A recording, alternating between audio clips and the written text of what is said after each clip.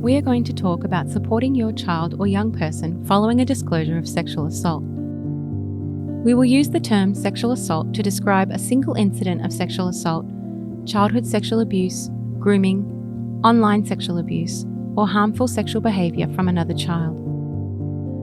Any behaviour of a sexual nature that makes a child or young person feel uncomfortable, frightened, threatened, or intimidated is not okay.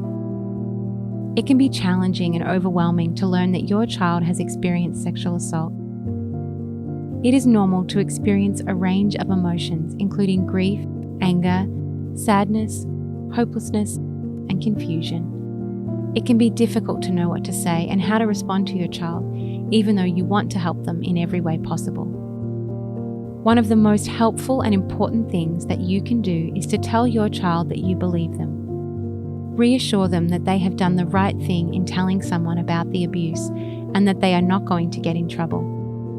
Use age-appropriate language to tell them that what happened is not their fault. Tell them that you will work hard to keep them safe and that you are here for them.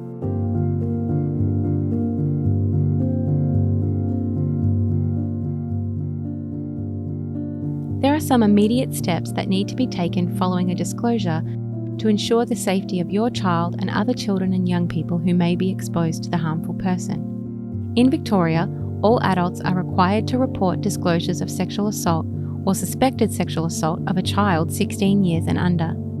This report needs to be made to the Police Sexual Offences and Child Abuse Investigations Team, SOCIT, and Child Protection. You can call your local police station and they can put you in touch with SOCIT. Your child may tell you that they don't want this to happen. However, it is important to emphasise that this is to protect them. Following the report to the police, you and your child may be asked to make a formal statement. Telling the police about what happened doesn't mean that your case will proceed all the way to court. It can be helpful for families to meet with the Police Sexual Offences and Child Abuse Investigations Team to discuss their options in moving forward with the case. Your views and your child's views will be listened to and taken into consideration. This is called an options talk. You can have an interpreter or another support person with you for the options talk. It is usually up to you and your child whether you choose to pursue the report further. However, in some cases, the police will make the final decision on what actions to take. The legal process can take time and can be stressful for children, young people, and families. However, you can take comfort in the fact that you have told the people who need to know, and now you can focus on supporting your child.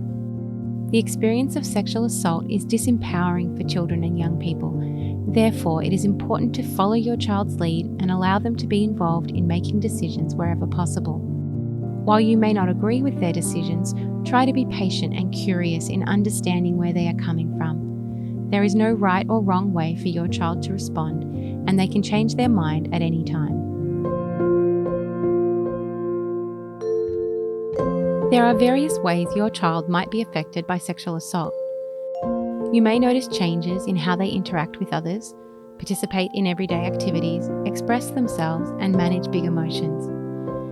Every child and young person is unique, and their behaviour and responses may change over time. Your child may experience a range of trauma symptoms, such as flashbacks, nightmares, being fearful of others, feeling numb, low self-esteem, loss of appetite or overeating, feelings of guilt or shame, or being triggered by certain smells, places, sounds, or people. Or they may not experience any of these symptoms at all. There are many reasons why children and young people don't report sexual assault, such as worrying about getting in trouble, being fearful of the abuser, feeling guilty, being embarrassed, or thinking it is their fault. Disclosures can take time, and your child might not give you all the information at once. Children and young people may struggle to remember details or have confusion about timelines, which can be a common symptom of trauma. While it can be difficult to hear these things as a parent, it is important that you are connected and present while your child is talking to show them that you are able to sit with the information they are telling you. Follow your child's cues and don't force them to talk about it. It is common for children and young people to feel a sense of relief once they have disclosed the sexual assault. However, for parents hearing about it for the first time, it can feel overwhelming and bring up a range of emotions. A relationship with at least one safe and nurturing caregiver is key to recovery.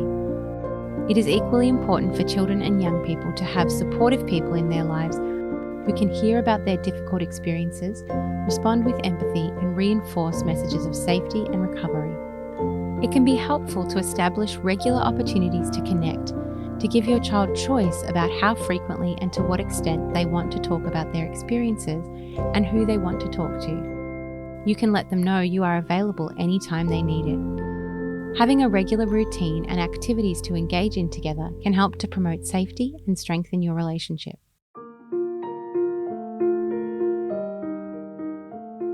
A disclosure of sexual assault can have a big impact on your family, and it is important to think about ways that you can support yourself, your child, and other family members. It may be helpful to reach out to informal and formal supports to navigate your way through these challenges. One of the best things you can do for your child is to look after yourself. This might be through getting your own support, talking to a loved one, or connecting with your interests. It can feel hard to find the time, but it could be as simple as pausing, taking a few deep breaths, and internally acknowledging how you are feeling. It could also be helpful to take some time out to listen to music, read a book, or go for a walk. This will help you to stay calm, regulated, and present when responding to your child's changing needs and behaviours. You may find it helpful to talk to a friend or trusted family member. You could also talk to your GP, social workers, school counsellors, and family support services. Although you might like your child to see a counsellor, this is not always what the child wants or needs. Sometimes parents and carers accessing their own therapeutic support can be more helpful and effective. You can learn ways of supporting your child while also having a space to process and manage your own responses. As a result, you may be better equipped to respond to your child and support them in their recovery. Support is there for your child if they need it. The Sexual Assault and Family Violence Centre offers specialist sexual assault counselling and therapeutic groups. If you need immediate support for sexual assault, please contact the Sexual Assault Crisis Line or 1-800-RESPECT. If you are in danger, please contact the police. Remember, with the right support, time, and patience, it is possible for children, young people, and their families to recover from sexual assault.